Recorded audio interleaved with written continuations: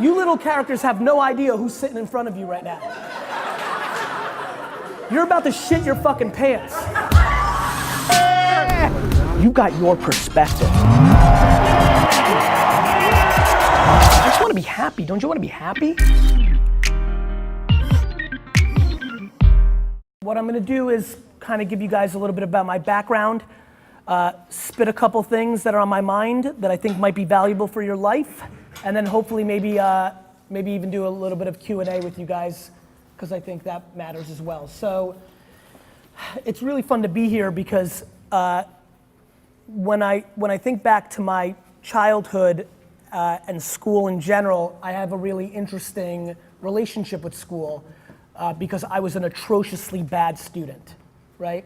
My whole life I got D's and F's, right? And so I'm not so sure how well of an opening line that is for the mentors and everybody else, but I think it's super important for you to hear where I'm going with this. It doesn't mean that you should go and get D's and F's and things of that nature, but what I'm gonna speak to you about is where I come from, what got me to where I am today, and that's not predicated on how successful I am financially or reputation-wise. I sit in front of you today as a 43-year-old man who's extremely happy. And happiness to me needs to become the thing that everybody tries to achieve, whether they're sitting here or they're sitting back there, even though they're much further along. So I was born in the former Soviet Union. I was born in a small country called Belarus, which was part of the Soviet Union near Russia and that part of the world, near Poland. I came to America when I was 3. We were unbelievably poor. I lived in a studio apartment in Queens from the ages of 3 to 6 years old. That was literally the size of the stage that I'm on now with 5 other family members. So I came from a really kind of early, rugged place. We didn't speak the language. The economy was bad, so it was hard to get jobs. It was tough. The only thing my parents knew was like to try to get different jobs. One of the jobs that my dad got was to work at a liquor store. So he worked making $2 an hour, stocking shelves in a liquor store. He didn't go to school in America. He couldn't speak English. He just had to provide for his family. We lived extremely humbly my whole life. My dad worked very hard. We saved every dollar. I went on one family vacation my entire childhood. It's just the life that I lived. It's where I came from. We eventually moved to New Jersey after my dad became the manager of that liquor store, and we made a little bit more money, and we were able to move to New Jersey. In New Jersey, at the age of 6, I started my businessman entrepreneur career, right? If I could wish all 66 plus of you one thing besides health, I would wish you self-awareness. Self-awareness is an understanding of who you actually are versus who you wish to be, who your parents wish to be, who even your mentors wish you to be. It's you understanding who you actually are. At a very young age, I knew who I was. I was a kid that loved to make money. I was a kid who, instead of going outside and playing, wanted to sell lemonade, wanted to shovel people's snow, wanted to rake leaves, wanted to wash people's cars. I wanted to do stuff to get money. That's just who I was. And it wasn't even about the money. I didn't want to buy stuff. It's not like I wanted to buy Nintendo or a football. I just loved the game of trying to build a business. The same way you might love playing a video game or playing a sport or reading, or I don't know what you love, but what I loved was having a business. Now, right now in America, like being an entrepreneur, having a business is cool. When I was growing up and I was your age, it was not. The only way out of my tough situation was to go to a great college that would help me get a job. That's what I grew up with. That's what they grew up with. There was one path in America that everybody was talking about, which is get a great education, it's your way out. Now, that worked for a lot of people. And by the way, it's gonna work for plenty of you as well. I'm sure many of you in this room wildly understand that you are quite fortunate to be within this ecosystem, and it's going to give you opportunity. The problem is, and I'm not sure if this is on the agenda, I hope I'm not breaking anything here, Ted. The problem is, how old are you guys? Great. Amazing. So at 11 and 12,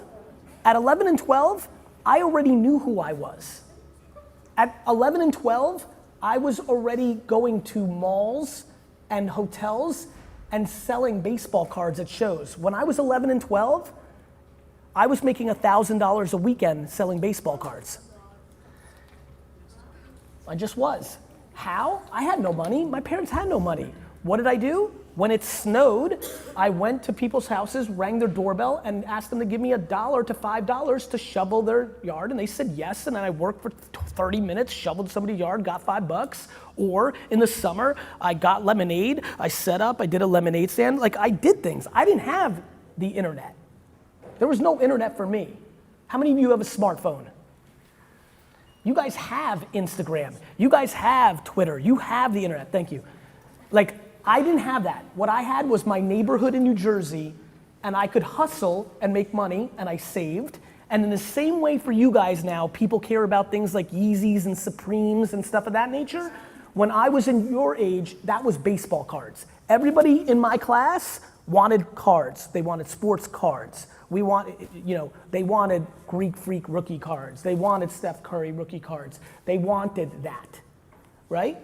So I took the money that I made from shoveling snow and lemonade, and I started buying cards, and I'd buy somebody's card for $2, and I'd sell it to somebody in class for $4. And I worked slowly and surely and every day. And by the time, it's crazy to look at you, because you guys look young as hell to me right now. To look at your faces and realize I was already doing baseball card shows for real and making that kind of money. What's crazy is you have a much bigger advantage over me. You do actually have Instagram. You do actually have Twitch. You do actually have YouTube.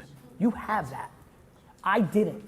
And so I sit and look at you. I laugh when people think like that you're so blessed to sneak into this little group and that educate. That's great and that's right. And a lot of the human principles and friendship and stuff of that nature. Ted's right. I promise you something right now, and this is going off the script again. You actually having a friendship with the kid to the left and right of you is gonna matter a hell of a lot more when you're older than the reading level you're at, or if you learn calculus eventually. That's just life. That's how I see life. Now, that's for me, because I was self-aware, because I wasn't a good student, and because that's what I was. Some of you may be geniuses in science. You may fall in love with reading because you never did it before. That's you. You need to be you. But let me tell you this, the hardest thing at this age is to be you and not let other people's voices into your head to factor into who you should be. The hardest thing right now is to not do what you love because it's not cool or nobody else likes it or grows with it. That's the hardest thing. It's hard at this age to love kites or to love surfing or to love reading when it's not cool. It's easy to love Supremes and LeBron. Everybody loves Supremes and LeBron. I don't like LeBron that much either. But let me say this, and let me say it very clear to all of you. You are living in the greatest era to be alive of any human being ever, because you have the power of the world in your pocket.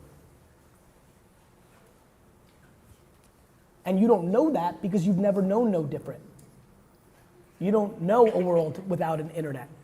The fact that you can start an Instagram account tomorrow about any subject, about anything, and a year from now, people are willing to pay you $500 to post a picture on that account, blows my mind. And if that's in you and you love that, you need to take that very, very seriously. It just is. People are you're gonna hear messages from where you live and in this class, and they're gonna come in both different places about how fortunate you are to hear and how tough you have it there. And the reality is, honestly, in my heart, I just genuinely don't think those things matter as much as everybody else in this room does. I think what matters the most is that you have the internet. And regardless of where you're from or how it's supposed to play out, every teacher in my life told me I was gonna be a loser. Straight up. It's just the truth. And by the way, I'm not mad at them. It was the 80s. We didn't have to be that politically correct back then. And when you get bad grades, that's what your teacher thinks. But inside myself, I always knew that wasn't true. I knew what I liked. The reason I had a very happy school career is peer pressure never penetrated my dome. I always knew who I was gonna be. I didn't care what was cool or not cool at the time. I just knew that I was gonna do my thing because I loved it. I didn't care that selling baseball cards went from cool in 6th grade to not cool in 10th grade. I kept doing it because I loved it. And I'm gonna give you another really good piece of advice. All those voices that tell you no, can't, not as good, whether that's your aunt, your neighbor, your older sibling, or even your parents, they're wrong. Life's about yes. It's just the truth. It's just unbelievable, my man. It's just unbelievable how much opportunity you guys are gonna have the rest of your life. It's just unbelievable. It makes no sense. Boys that look like you in the 80s, lost. Boys that look like you in the 2020s are gonna win. Because the generation I grew up with and they grew up with, the system wasn't as good for us that grew up with nothing. The next generation, because of the internet, the system is benefiting the people that know what it's like to struggle or fight. It's hurting the people that are entitled and are soft and have it easy. You guys have a blessing in your circumstance, and I don't think people are telling you the truth about how big the blessing is and how big the opportunity is. That's my truth. That's what I think is happening. I think that you need to start communicating to the world about the things you're interested in. The reason most of you haven't started an Instagram account or put out more content is because you're worried about what other people think, or if you don't get enough likes, or all that other crap that everybody worries about. It's called insecurity. You actually worry about what the other person sitting next to you thinks. I understand it, I respect it. 99% of people live life that way. But the reality is, the quicker you figure out how not to factor that in, is the quicker you're gonna get real happy real fast.